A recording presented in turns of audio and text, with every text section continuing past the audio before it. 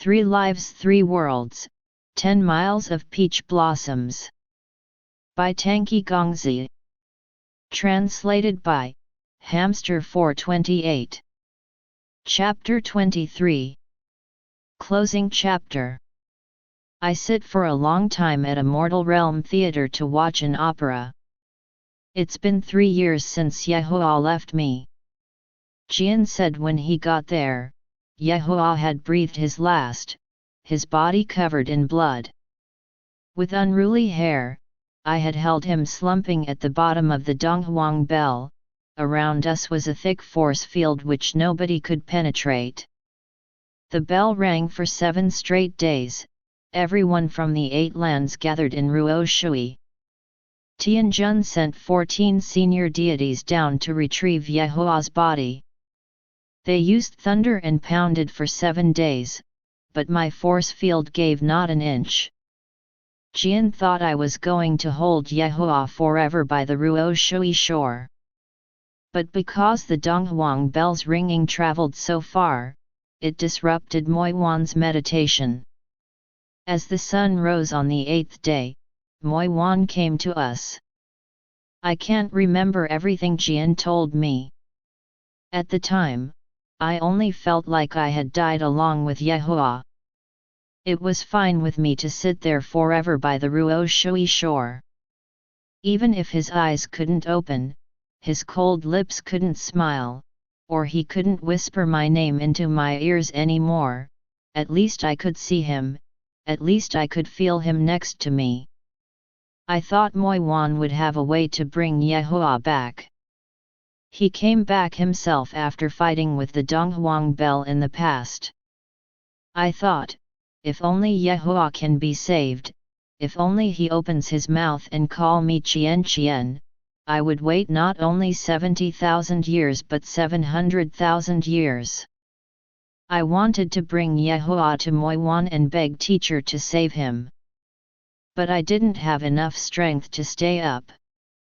Moiwan walked over to us instead to examine Yehua and sighed heavily, find a coffin and let him go in peace.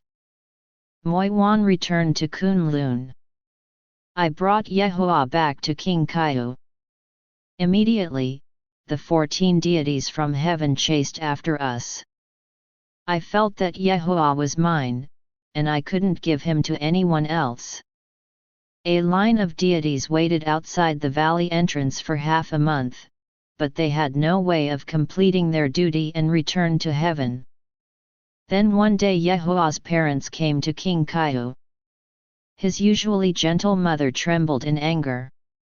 She wiped her tears as she said, "Now I know you're the mortal Susu in the past. What sin had my son committed to fall for you twice? When you were Susu, he was so faithful to you he'd rather throw away his position as crown prince to protect you.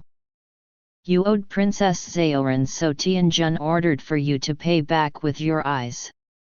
You'd also have to be struck by lightning for 3 years after giving birth to A Li. You lost your eyes, but my son was struck by lightning for you. Then you even wanted to throw yourself down Zuxian Tai. Just great. When you jumped, my son also jumped after you. It turned out to be a testing trial for you to reach higher divinity, but what about Yehua? Has he ever been well after meeting you? What have you done to repay everything he'd done for you? You didn't do a thing, and now you even caused him to lose his life. Now that he's dead, you even want to take his body from us? I'm only going to ask you one thing, just one thing, what rights do you have?" My throat was all dried up. I unsteadily backed away. Miku had to run up to support me. Yehua's father said, "That's enough," and turned to tell me, "My wife's words are caused by her parental love for her son. Don't mind them too much. As for my son's body, it's only fair that you return him to us. Even though you two were engaged, you never officially married. It's not reasonable to keep his body with you. He was after all a crown prince of the heaven kingdom. He should be buried on the 36th level of heaven according to traditions. Please do this for us. The day Yehoah was taken back to heaven was a cloudy day, soft wind gently drifted in the air. I gently brushed over his eyelids, his cheeks, his nose. When I got to his lips, a ridiculous thought flashed across my mind. I wished he would wake up and push his finger to my forehead to say, "I was only kidding with you." But, it was only a delusional wish. Yehoah's parents placed him in an ice coffin. It passed by me as they carried it out of King Kaihu. I was only allowed to keep his blood-stained black robe. Jian gifted me a peach seed. I took it back to the fox cave and planted it in front of our door. On the day the first blossom appeared, I took Yehoah's black robe and buried it under the tree.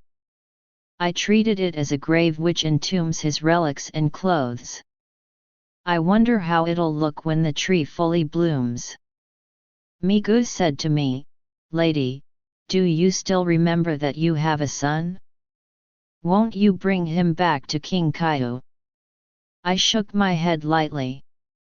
I now remembered I have a son. I named him Ali. But how could I take care of him when I couldn't even take care of myself? He'd be in better hands staying in heaven. After Yehoah was taken away by his parents, I sat under the peach tree for half a month. I sat there dazedly all day where his image frequently appeared in front of me.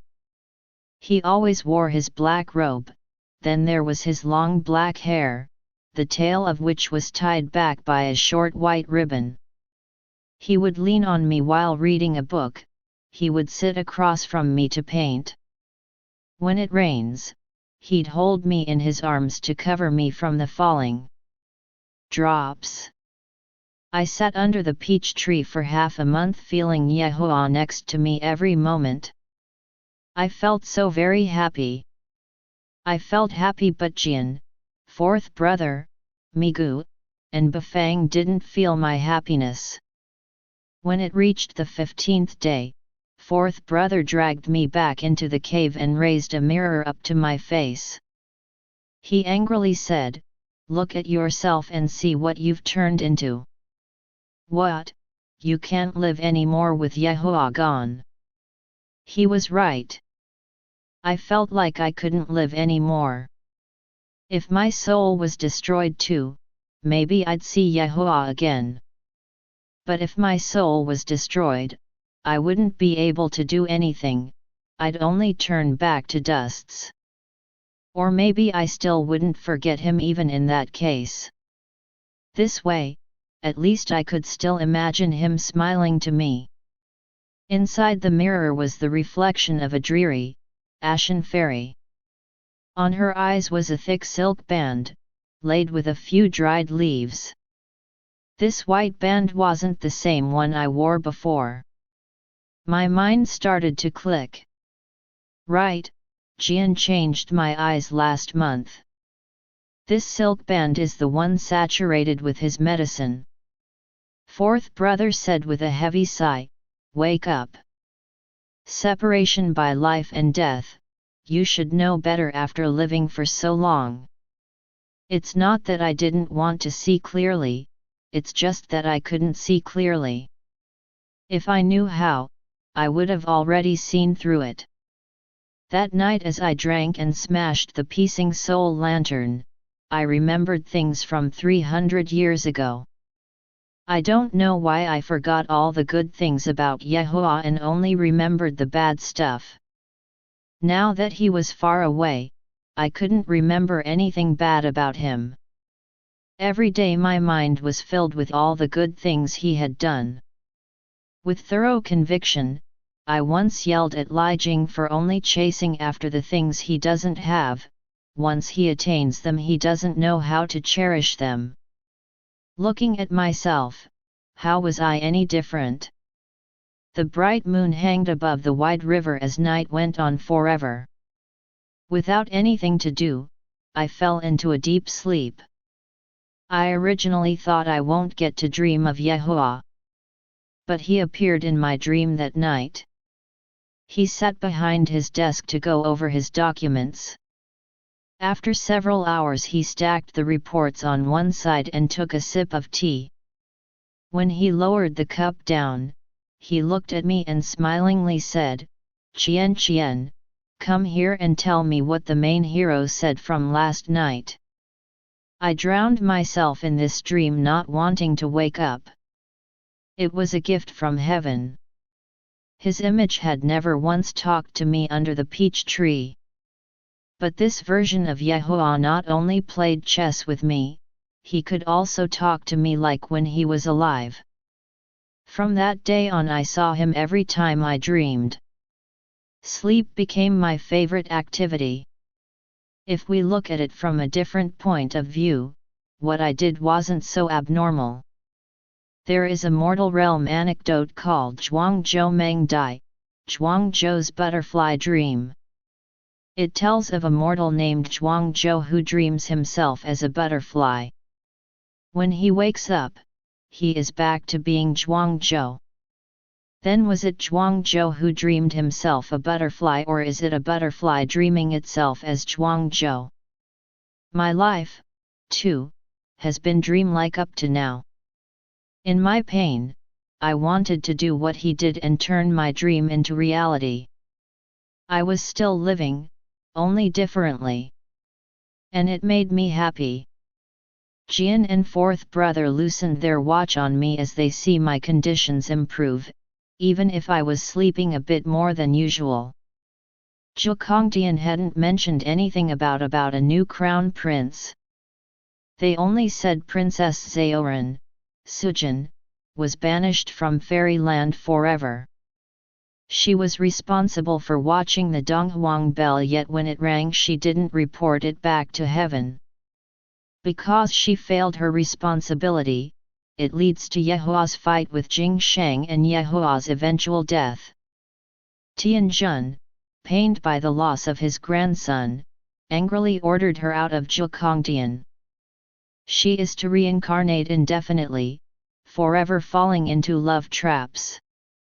I think Tian Jun's punishment toward Sujin is a little too much. But it has nothing to do with me, so I treated the whole thing as an idle gossip. It was early March. Yahuwah had passed away for 2 years and 9 months. I came down to the mortal realm to watch an opera and met a young fairy from Fanghu Xianshan named Zhu Yu. She borrowed some coins from me to reward the singers on stage. I was surprised she couldn't produce her own from magic, since she was a fairy. But it turned out her parents had locked away her power in fear she might cause trouble in the mortal realm. From then on, whenever I come down to watch operas, I'd always get to see her. It's been more than 2 months, and we've watched more than 10 pieces together. Today, I sit from the same balcony to watch the opera. This one is called Peony's Pavilion. The hero is now singing, "How beautiful you had been." Time goes by ceaselessly. I want to return your longing, but I'm now trapped in a dark cell. Zhu Yu comes in and finds a seat next to me. Halfway through the play, she whispers to me, "I told you about a distant cousin who passed away at a young age, do you still remember?" I nod my head to tell her I do. Beside discussing operas with me, Zhu Yu frequently talks to me about her distant cousin. From what she says, her smart and strapping cousin was quite a rare talent. Too bad he was ill-fated and died young in battle. His surviving parents had to send their son away so heartbreakingly. Every time she utters the word heartbreaking, her face looks as if the world is coming to an end. To be honest, I don't see how her cousin is so pitiful. But maybe I've finally understood the concept of life and death. Zhu Yu drinks her tea, sweeps her eyes around the room, and continues to whisper to me, "Remember how I told you that cousin's been dead for 3 years? 3 years ago they let him rest inside a floating ice coffin on a lake. I came by and paid respect then. Yesterday, the very same lake that has been calm for many thousand years suddenly produced great waves. The waves came up to more than 10 meters high. They say it was the immortal energy around the coffin that caused the waves. But isn't that strange? His soul has been destroyed completely, so why would there be immortal energy around him anymore?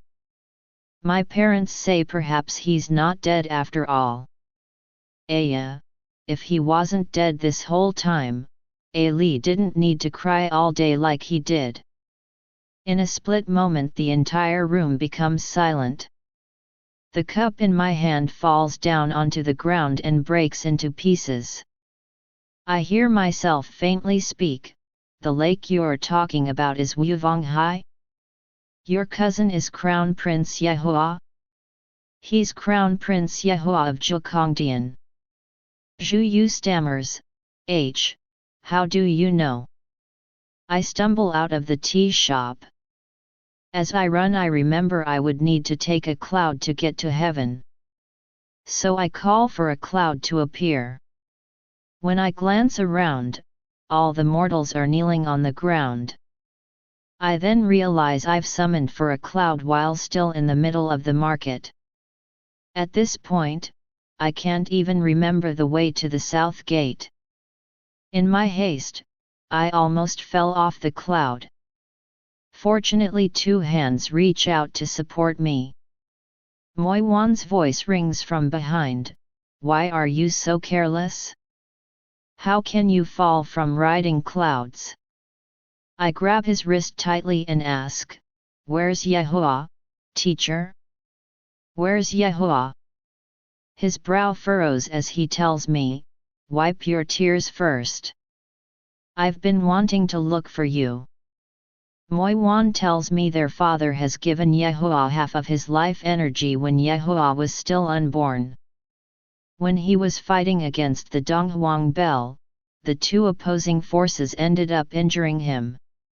He fell into a deep sleep as a result, but everyone thought his soul was destroyed instead. Yehua himself probably thought so too. Moi Wan says Yehua's sleep should have lasted a few decades. But surprisingly the ice bed within heaven's tombs helped Yehua to wake up within 3 years. I can't remember much of what he said. I only heard one thing, "Little 17th, Yehua has come back. He's gone to King Kaiu looking for you right after waking up. Hurry and go home." I never thought Yehua would still be alive. I prayed hundreds and thousands of times, but I knew in my heart it was only a hopeless wish. He was destroyed 3 years ago. The clothes he once wore are still buried underneath the peach tree in front of Fox Cave. He was dead. He had even wanted me to forget him so I could live a happier life. But now Moi Wan is telling me Yehua has woken up. That he isn't dead, that he's still alive. I immediately ride out on clouds back to King Kaiu, falling several times on the way. Passing the entrance, I hop down to the ground and quickly run straight for Fox Cave. People's hellos are largely unheard by me.